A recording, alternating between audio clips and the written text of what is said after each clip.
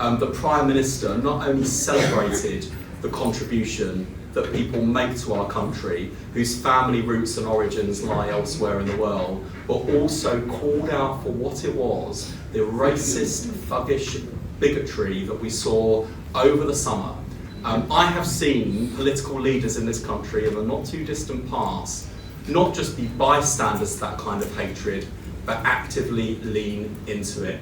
And I was so proud at our party conference in Liverpool to see a Prime Minister that will actively challenge racism and discrimination and call it out for what it is, because there's no place for bystanders in our country.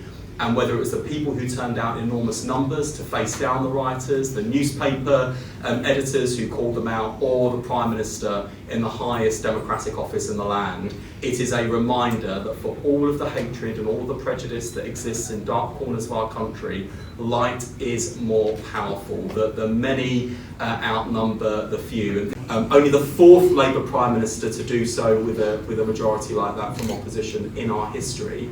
That wasn't just Keir's achievement, my achievement, the Labour Party's achievement, that was your achievement too. It means that every single achievement of this Labour government, you'll be able to say, not just that it's Labour's achievement, but it's your achievement too. And it means that as we rebuild trust in politics and politicians, and rebuild the sense of politics as a force for good in society, you will have helped to not just kindle, but to ignite the flame that has burned brightly in the proudest moments of our history, that politics can be a force for good, that light can triumph over darkness. And I don't know about you, but as I think about how we meet the challenges of our country today and the challenge of this century, I can't think of a better thing to be doing with my life or a prouder team to be part of than the one in this room. So thank you very much for everything you do.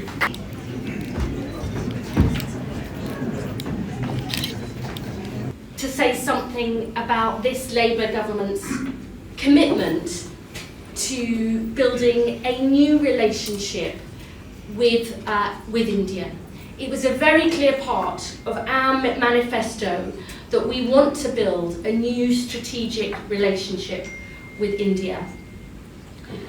Because we understand the vital relationship between our two great nations.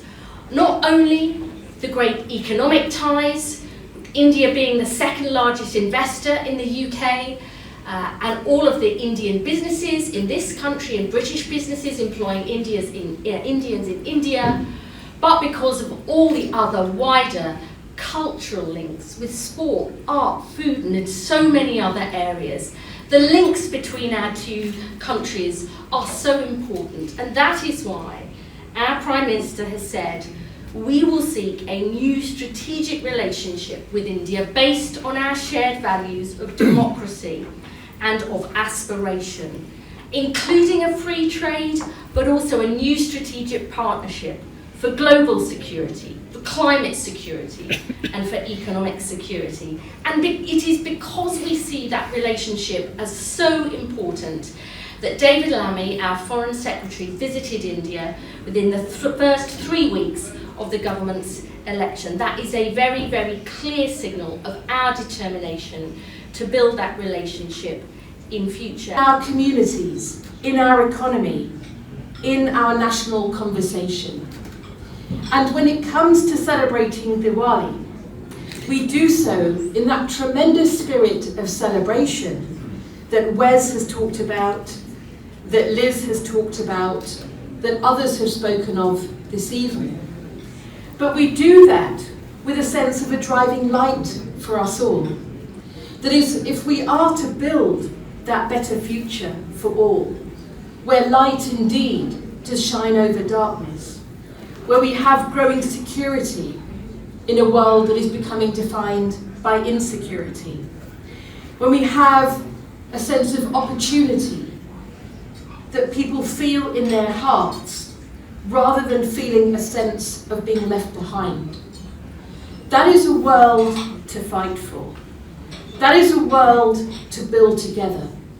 That is a world to take the lights that we have into the places where there isn't enough light, and to show what we can do together, to bring hope, to bring joy, to bring connection, to make sure that, for example, in a world like we have today and our communities across the UK, that people don't feel lonely, which too much is becoming a scourge of the world in which we live today. And it's in everyone's interest, as I say, to strengthen and protect the living bridge between our countries. So my priority as the chair of the Labour Indians group is to ensure that we play our part well. And to do this, friends, we must not continue only as a group of volunteers. So this event and everything we do in our spare time.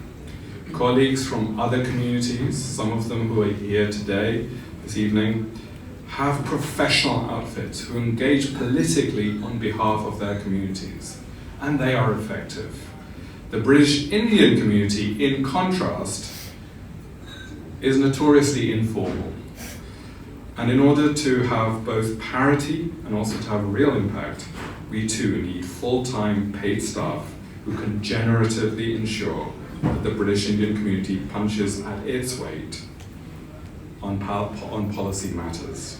Individually we do well, but politically there is so much to do.